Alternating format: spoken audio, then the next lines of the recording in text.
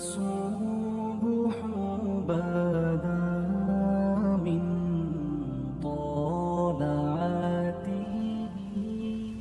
آؤ تمہیں وفا کی ایک کہانی سناؤں، آؤ محبتوں کی ایک کہانی سناؤں. مدینے کا شہر ہے، اللہ کے محبوب جلوہ فراز ہے. مسجد نبوی میں ہر لمحہ نور برستا تھا. آقا تشریف فرماتے اور صحابہ حضور کے گرد یوں بیٹھتے جس طرح چاند کے گرد ہالہ ہوتا ہے اور بدر تمام کے گرد ستارے ہوتے ہیں. آقا واز و تلقین کرتے، لوگ سنتے، من میں اتارتے، روحوں کو تازگی دیتے. ایک چھوٹا سا بچہ ہے جو ننھے ننھے پاؤں سے چل کے مسجد نبوی میں پہنچ جاتا ہے. نام اس کا عمیر ہے. بمشکل سے بولنا سیکھا ہے اس نے.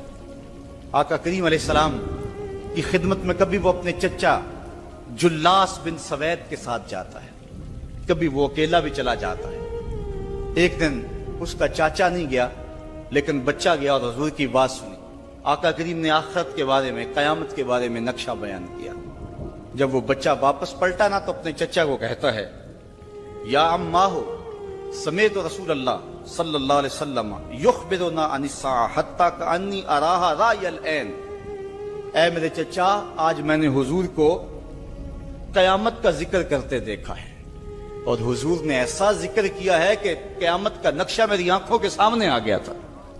یہ بات جو ہے وہ اس بچے نے اپنے چچا کو سنائی، کیونکہ چچا آج غیر حاضر تھا اور بیٹا چاہ رہا تھا کہ میں اپنے چچا کو بھی حضور کی مجلس سے وہ سنی ہوئی بات بتا دوں اور جو محروم ہو گیا اس کی محرومیاں دور ہو جائیں. لیکن اس کا چاچا جلاس بن سوید ازلی بدبخت تھا. اس نے کہا، واللہ لو کان محمد صادقا لنحن شر من الحمیر. اللہ کی قسم اگر محمد سچا ہے نا تو ہم گدھوں سے بھی پھر گئے گزرے. جب یہ بات کہی اس نے تو اس بچے کے پاؤں تلے سے زمین نکل گئی کہ میرا چچا کیا بول رہا ہے. یہ تو مجھے انگلی لگا کہ مسجد نبوی میں لے جایا کرتا تھا اور اس نے یہ کیا بات کہہ دی، یہ تو منافق نکلا. اللہ اکبر. اس بچے کی حیرت کی انتہا نہ رہی کہ یہ کیا ماجرا ہو گیا. اس بچے نے جو لفظ کہے اب سنیے. اس نے کہا، یا امی، اے میرے چچا، واللہ انکا کنت من احب الناس الی قلبی. اللہ کی قسم میرے دل کو سب سے اچھا اگر کوئی لگتا تھا بندہ تو وہ تو تھا. میں تیرے سے پیار کرتا تھا اس لیے کہ تو مجھے انگلی سے لگا کے حضور کی چوکھٹ پہ لے جایا کرتا. مجھے اس لیے تو پسند تھا، مجھے کائنات میں سب سے محبوب تو تھا. واللہ لقد اصبحت الان ابغضهم الی قلبی جمیعا. اور اب میری حالت یہ ہے جتنا برا تو لگتا ہے واللہ مجھے کوئی بھی نہیں لگتا. یا عمی انا بین الاثنتین. ہمارے ماں باپ قربان اس بچے کے. حضرت عمیر بن سعد رضی اللہ تعالیٰ عنہ کہتا ہے، یا عمی، اے میرے چچا، واللہ انکا کنت من احب الناس الی قلبی. اس زمانے میں سب سے پیارا مجھے تو لگتا تھا. واللہ لقد اصبحت الان ابغضهم الی قلبی جمیعا. اور آج سب سے زیادہ مجھے برا تو لگتا ہے. آگے لفظ سنیے بچے کے، یا عمی انا بین الاثنتین. چچا جی، اب میں ایسے دو راہے پہ کھڑا ہو گیا ہوں. دو راستے جاتے ہیں. ایک راستہ تو میرے لیے یہ ہے، اما ان اخون اللہ و رسولہ فلا اخبر الرسول. ایک راستہ تو یہ ہے کہ میں اللہ اور اس کے رسول سے خیانت کروں اور جو تیری بات ہے وہ رسول اللہ کو نہ بتاؤں. ایک تو یہ راستہ ہے کہ میں حضور سے خیانت کروں، اللہ سے بھی خیانت کروں، اور جو تو نے کہا ہے، جو تو نے بدتمیزی کی ہے، میں وہ بات حضور کو نہ بتاؤں. وَإِمَّا أَنْ أُخْبِرَ الرَّسُولَ وَلْيَكُنْ مَا يَكُونُ. اور دوسرا راستہ میرے پاس یہ ہے کہ جو تو نے کہا ہے میں جا کے حضور کو بتاؤں، پھر جو ہو سو ہو. بس اب میرے پاس دو ہی راستے ہیں. فقال جلاس بن سوید. اس کے چچا جلاس بن سوید نے کہا، انت طفل غض لا یصدقک الناس فقل ما شئت. تو ناز سمجھ سا بچہ ہے، چھوٹا سا بچہ ہے، تیری بات کس نے ماننی ہے، جا جو جی چاہتا ہے کہہ لے. وہ بچہ اٹھا اور حضور کی مجلس میں پہنچ گیا. حضور کی چوکھٹ پہ حاضر ہوا اور وہ بچہ کیا کہتا ہے، صاحبو ان کانوں سے نہیں، ان جملوں کو دل کے کانوں سے سننا ہے. اور اس دعا کے ساتھ اللہ ہماری نسل کو بھی حضور کا ایسا پیار دے. حضور کی محبتیں دے. وہ کیا کہتا ہے؟ یا رسول اللہ صلی اللہ علیہ وسلم، الجلاس بن سوید خان اللہ و رسولہ. حضور جلاس بن سوید نے اللہ اور اس کے رسول سے خیانت کی ہے. وہو امی، اور میرا چچا لگتا ہے. اگلے لفظ سنیے، وقد تبرأت الی اللہ ثم الیک منہ. حضور میں پہلے اللہ کے حضور پھر آپ کے حضور اس سے بیزاری کا اعلان کرتا ہوں. حضور میرا اس سے کوئی تعلق نہیں ہے، میرا اس سے کوئی واسطہ نہیں ہے. میں اللہ سے بھی کہتا ہوں میرے مالک، میرا چچا سے کوئی تعلق نہیں ہے چونکہ وہ تیرے محمد کا دشمن ہے. حضور میں آپ سے بھی کہتا ہوں کہ میرے چچا سے کوئی تعلق نہیں ہے چونکہ وہ آپ کا دشمن ہے. کالا وماذا قال. حضور نے فرمایا بچے اس نے کیا کہا ہے؟ بچے نے ساری کہانی سنا دی کہ میں نے آپ کی تقریر سنی، آپ کی گفتگو سنی اور جا کے بتائی تو اس نے کہا کہ اگر وہ سچے ہیں تو پھر تو ہم گدھوں سے بدتر ہو گئے. حضور نے صحابہ کو بلایا، کہا کہ یہ واقعہ پیش آیا ہے، بتاؤ کیا کریں. صحابہ نے عرض کی ھذا طفل صغیر لا تصدقه فهو لا یعی ما یقول والجلاس بن سوید یصلی معنا وهو شیخ کبیر وعاقل. حضور یہ بچہ چھوٹا ہے، کم عقل ہے، کم سمجھ ہے، یہ تو اپنی بات بھی نہیں صحیح طرح سمجھ سکتا، جو کہتا ہے تو وہ بھی نہیں جانتا. اور جلاس بن سوید بڑی عمر کا آدمی ہے، ہمارے ساتھ نمازیں پڑھتا ہے اور عاقل شخص. تو آپ اس بچے کی بات کی پرواہ نہ کیجیے اور اس کی خبر کی تصدیق نہ کیجیے. ادھر جلاس بن سوید کو جب پتا چلا تو اس نے بھی قسمیں کھانی شروع کر دی کہ میں نے تو کوئی بات کہی نہیں ہے. ایک چھوٹے سے بچے نے جا کے ویسے ہی بات کر دی. تو حضور نے اس بچے کی بات کو نظر انداز کیا صحابہ کے کہنے پہ. اب اس بچے نے جب دیکھا کہ میری بات حضور نے قبول نہیں کی ہے تو اس نے جھولی پھیلا لی اور آسمان کی طرف دیکھ کر کے کہا اللہم ان کنت صادقا فصدقنی وان کنت کاذبا فکذبنی. اے اللہ اگر میں جھوٹا ہوں تو مجھے جھوٹا کر دے اور اگر میں سچا ہوں تو میری سچائی کا اعلان کر دے. یہ بچے نے جب بات کی تو ابھی اس نے منہ پہ دعا مانگ کے ہاتھ نہیں پھیرے تھے کہ جبریل آ گئے. اور سورہ توبہ کی آیت نازل ہوئی یحلفون باللہ ما قالوا وَلَقَدْ قَالُوا كَلِمَةَ الْكُفْرِ وَكَفَرُوا بَعْدَ اسْلَامِهِمْ. یہ قسمیں کھاتے ہیں کہ ہم نے یہ بات نہیں کی ہے.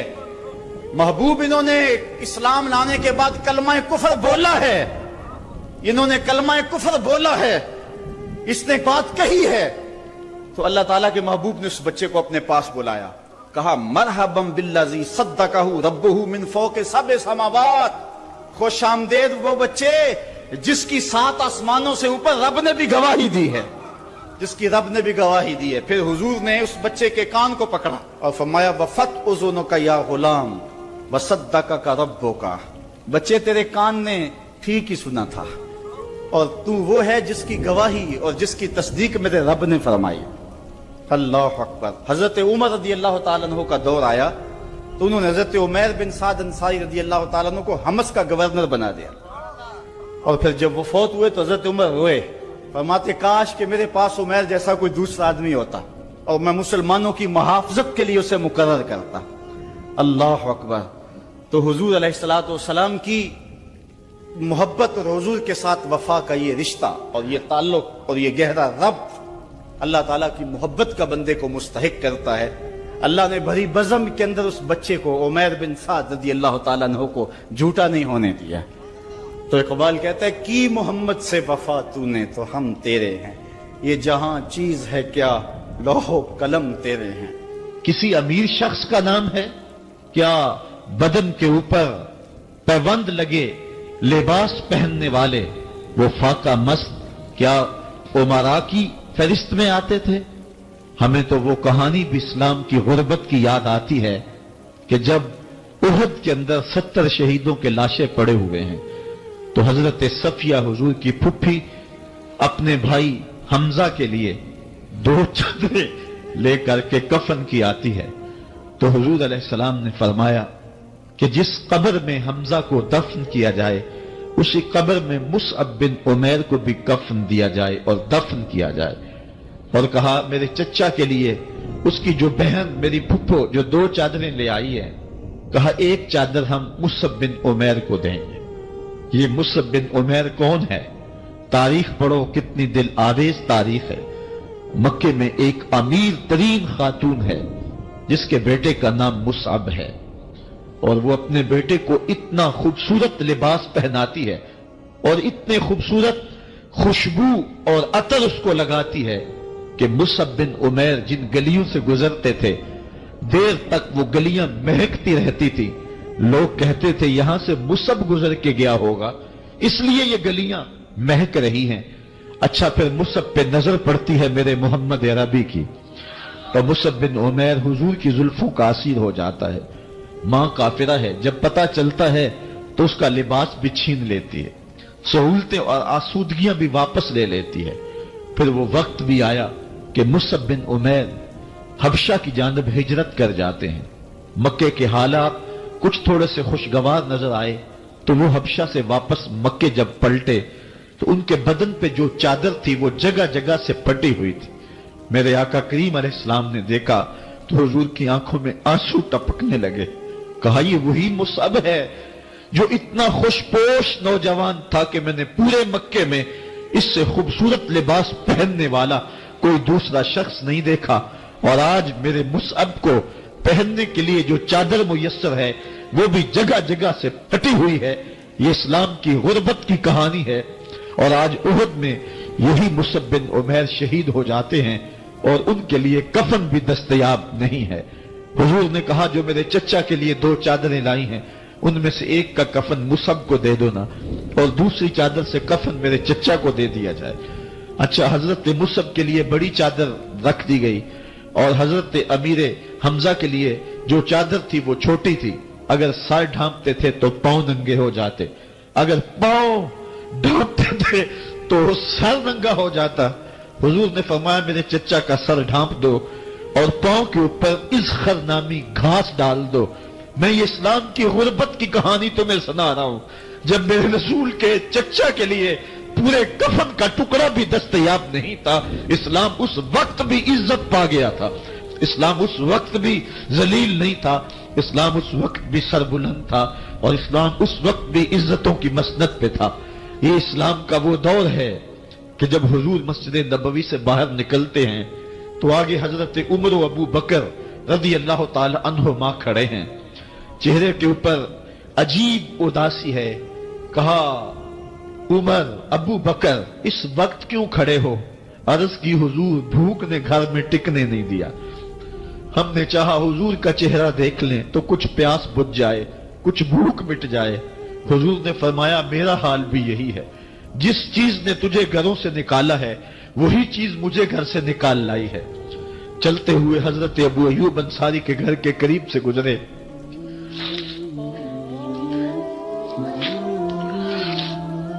حضور کی خوشبو پا کے وہ باہر آ گئے۔ عرض کی بندہ نواز آج میرے مہمان نہیں بنتے؟ حضور نے کہا تمہاری مرضی۔ گھر لے گئے، چٹائی بچھائی، حضور کو بٹھایا، گھر والوں کو بکری کا بچہ ذبح کر کے دیا، کہا جلدی جلدی کھانا تیار کرو، میرے آقا کو بھوک لگی ہوگی۔ یہ کہہ کے واپس آئے، حضور کے پاس بیٹھے، نظر چہرے پہ پڑی تو گھبرا گئے۔ نکاحت کے آثار اتنے واضح تھے کہ سمجھ آ رہی تھی کتنے دنوں سے حضور نے کچھ نہیں کھایا۔ اٹھ کے باغ میں چلے گئے، کھجوروں کا خوشہ توڑا، حضور کے سامنے رکھا، کہا بندہ نواز جب تک کھانا تیار نہیں ہوتا یہ کھجوریں تناول فرمائیں۔ تھوڑی دیر کے بعد کھانا دسترخوان پہ لگ گیا، حضور سے عرض کی گئی حضور آئے کھانا تناول کر لیں۔ حضور نے دسترخوان پر تشریف فرما ہو کر کے حضور نے کپڑا اٹھایا تو حضور نے جب دیکھا کہ کھانا ہے تو حضور نے ایک روٹی لی اور چند بوٹیاں اٹھائیں اور ایک خادم کو بلا کر کے کہا جاؤ ہمارے گھر دے آؤ، میری بیٹی فاطمہ کتنے دنوں سے بھوکی، کہا جاؤ ہمارے گھر دے آؤ، میری فاطمہ کتنے دنوں سے بھوکی بیٹھی ہوئی ہے۔ مال کے کونین ہیں گو پاس کچھ رکھتے نہیں، دو جہاں کی نعمتیں ہیں ان کے خالی ہاتھ میں۔ آپ کو پتا ہوگا کہ جب میرے رسول کا انتقال ہوا ہے، حضور کا وصال ہوا ہے، تو حضور کی ایک زرہ ایک یہودی کے گھر میں گروی رکھی ہوئی تھی۔ حضور نے زرہ رکھ کر کے اس سے قرض لیا ہوا تھا۔ یہ اسلام کی غربت کی کہانی ہے، اور پھر اللہ نے اسلام کو امارت کے رنگ بھی دیے۔ اور تمہیں کہانی سناؤں، حضرت عدی بن حاتم روایت کرتے ہیں، صحیح بخاری میں روایت ہے۔ یہ حاتم تائی کے بیٹے ہیں، کہتے ہیں میں حضور کی خدمت میں حاضر ہوا، ایک شخص آیا، کہنے لگا حضور غربت نے میرا برا حال کر دیا ہے، اور اس نے شکایت کی غربت کی، پسماندگی کی اور اپنی معاشی بدحالی کی۔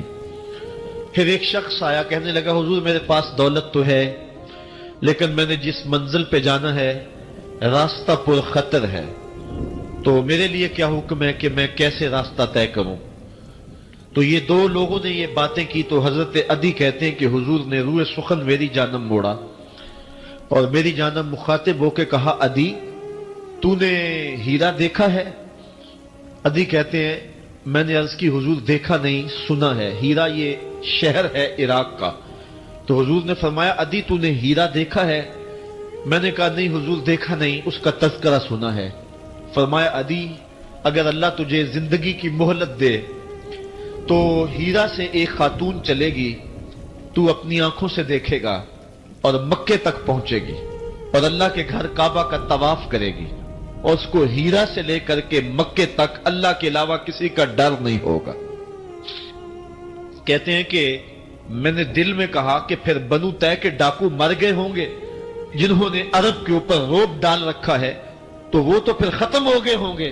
کہتے ہیں میں بھی سوچ ہی رہا تھا کہ حضور نے مزید میری حیرت میں اضافہ کرتے ہوئے کہا، عدی اگر تجھے اللہ نے زندگی کی مہلت دی تو تو دیکھے گا کہ کسرا کے خزانے تیری جھولی میں ہوں گے۔ تو اس دور کی سپر طاقت تھی۔ میں نے کہا حضور کسرا بن ہرمز؟ حضور نے فرمایا ہاں کسرا بن ہرمز۔ کہتے ہیں کہ حضور نے پھر فرمایا عدی اگر تو زندگی پائی تو تو وہ دن بھی دیکھے گا کہ ایک شخص زکوٰۃ کی رقم لے کر کے، زکوٰۃ کی چاندی لے کر کے، زکوٰۃ کا سونا لے کر کے نکلے گا اور اس کو کوئی زکوٰۃ کا مستحق ہی نہیں ملے گا۔ حضرت عدی بن حاتم کہتے ہیں کہ پھر میں نے وہ منظر اپنی آنکھوں سے دیکھا کہ ہیرا سے خاتون چلی اور مکے تک پہنچی، اور امن ایسا تھا کہ اس کو اللہ کے علاوہ کسی کا ڈر نہیں تھا۔ پھر وہ لمحے بھی میں نے دیکھے کہ کسرا بن ہرمز کے خزانے مسجد نبوی کے باہر پڑے ہوئے ہیں۔ تو کہتے ہیں تیسری چیز میں دیکھ نہ سکا، اور میں نے لوگوں کو کہا کہ یہ میں تو نہیں دیکھ سکا، میری شاید زندگی وفا نہ کرے، اور اگر تمہاری زندگی وفا کرے تو تم دیکھنا میرے آقا نے جو فرمایا تو دو باتیں تو پوری ہو گئی ہیں، اور تیسری بات تم دیکھ لو گے۔ حضرت یحییٰ بن سعید فرماتے ہیں کہ حضرت عمر بن عبدالعزیز کا زمانہ تھا، اور انہوں نے مجھے افریقہ کی جانب زکوٰۃ وصول کرنے کے لیے بھیجا۔ میں وہاں سے زکوٰۃ وصول کی، اور پھر میں زکوٰۃ لینے والے مستحقین کو ڈھونڈنے لگا، تو کہتے مجھے کوئی مستحق نہ ملا۔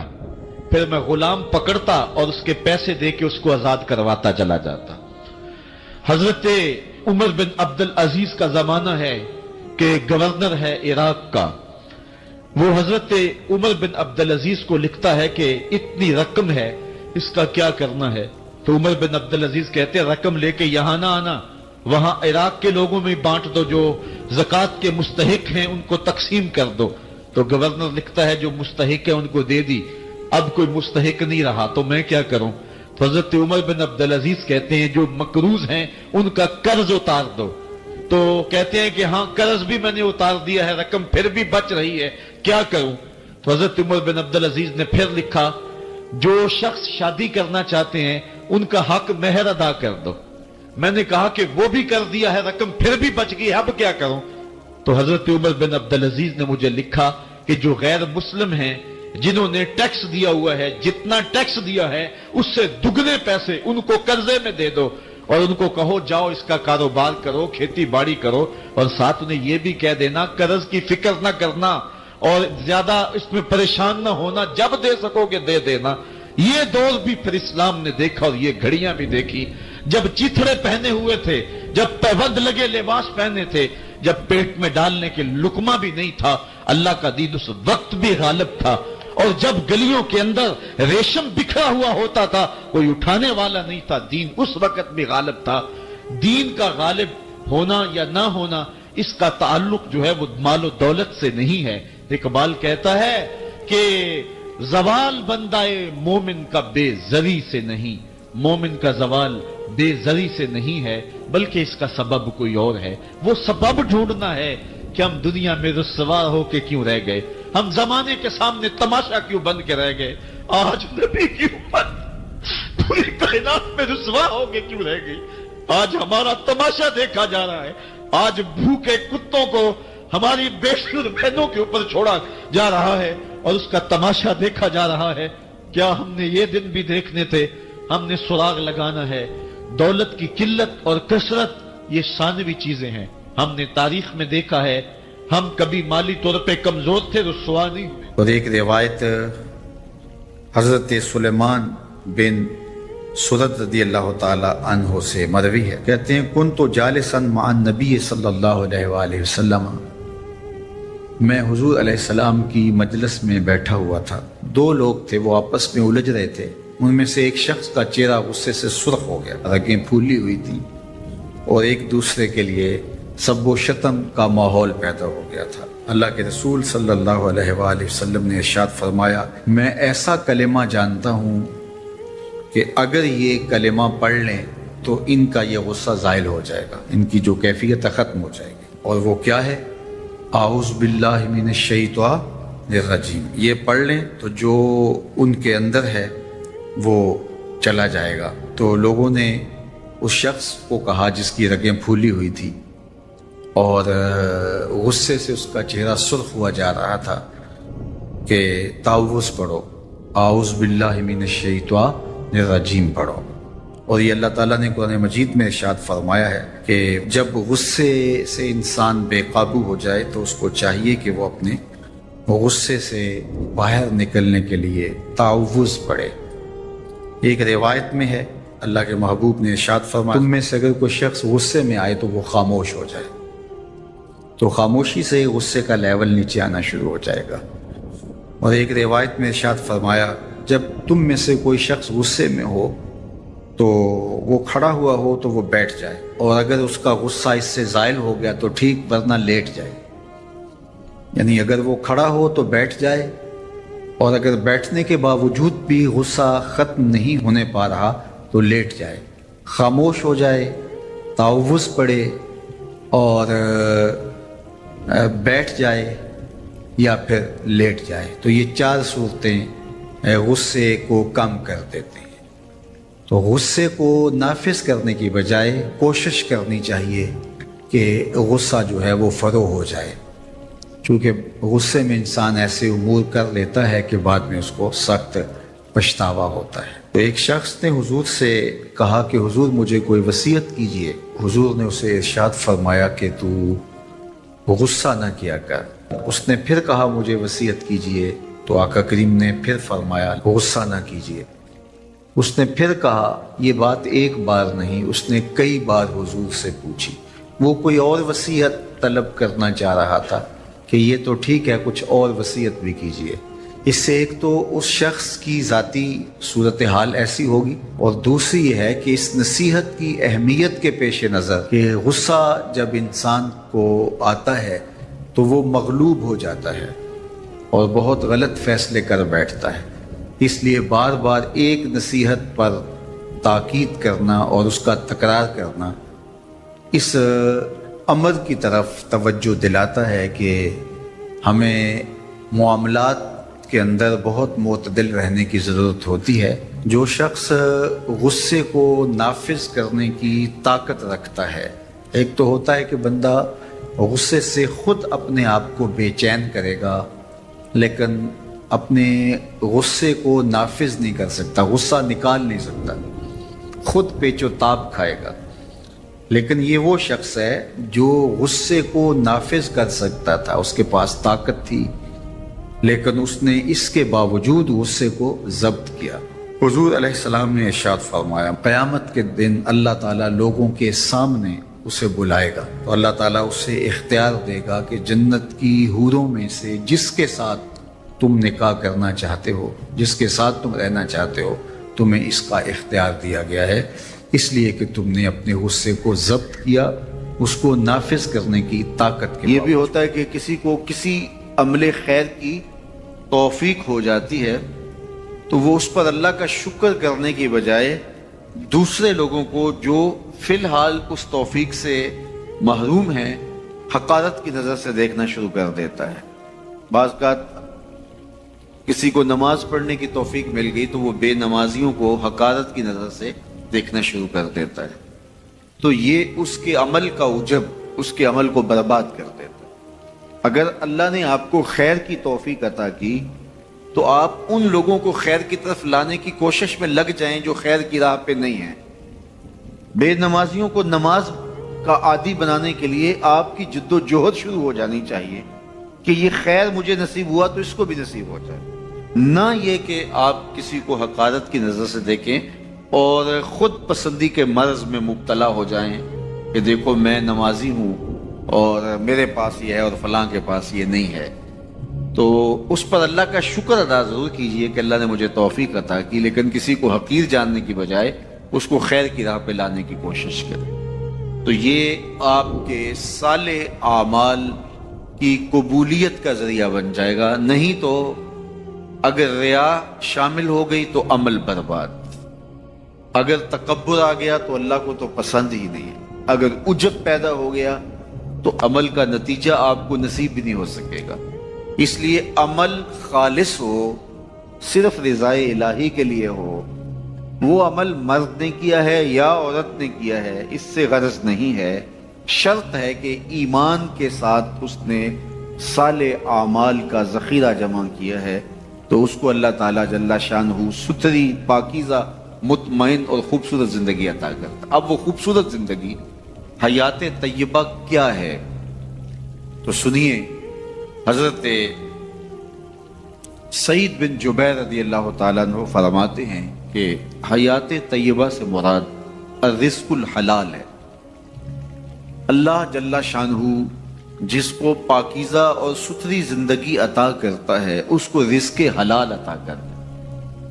حلال رزق کا نصیب ہو جانا ایک خوبصورت زندگی کا نصیب ہو جانا ہے، کیونکہ حلال میں طمانیت رکھی گئی ہے۔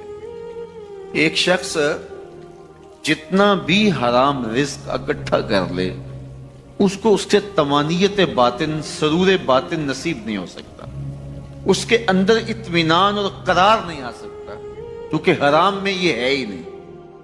تو حلال تھوڑا بھی مل جائے لیکن وہ حلال وہ باطن کی طمانیت کا سبب ہے، اندر کی روشنی کا ذریعہ ہے، اور ایک سرشار، مطمئن، خوبصورت اور خوشگوار زندگی کی ضمانت ہوتی ہے رزق حلال۔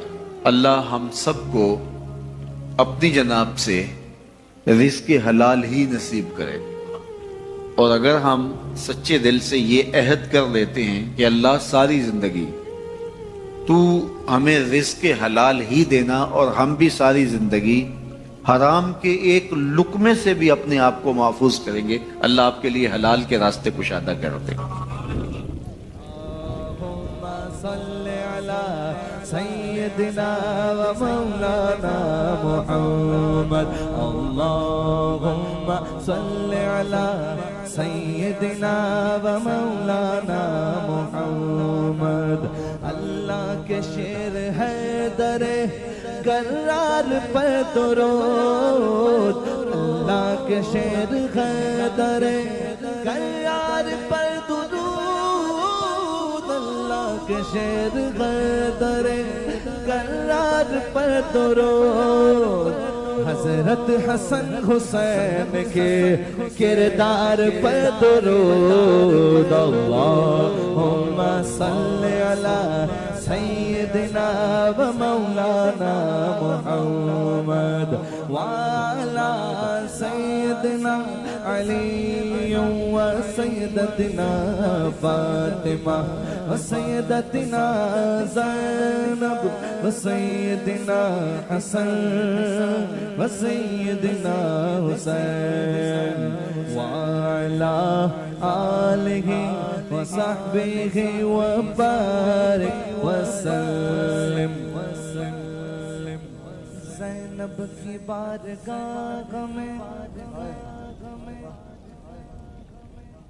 زینب کی بارگاہ میں زینب کی بارگاہ میں زینب کی بارگاہ میں سلام نیاز ہے زینب کی بارگاہ میں سلام نیاز ہے جو مرتضیٰ کی لاڈلی زہرا کا ناز ہے اللہم صلی علی سیدنا و مولانا محمد وعلی سیدنا علی و سیدتنا فاطمہ و سیدتنا زینب و سیدنا حسن و سیدنا حسین زینب کی بارگاہ میں سلام نیاز ہے زینب کی بارگاہ میں سلام نیاز ہے زینب کی بارگاہ میں سلام نیاز ہے زینب کی بارگاہ میں سلام نیاز ہے جو مرتضیٰ کی لاڈلی زہرا کا ناز ہے اللہم صلی علی سیدنا و مولانا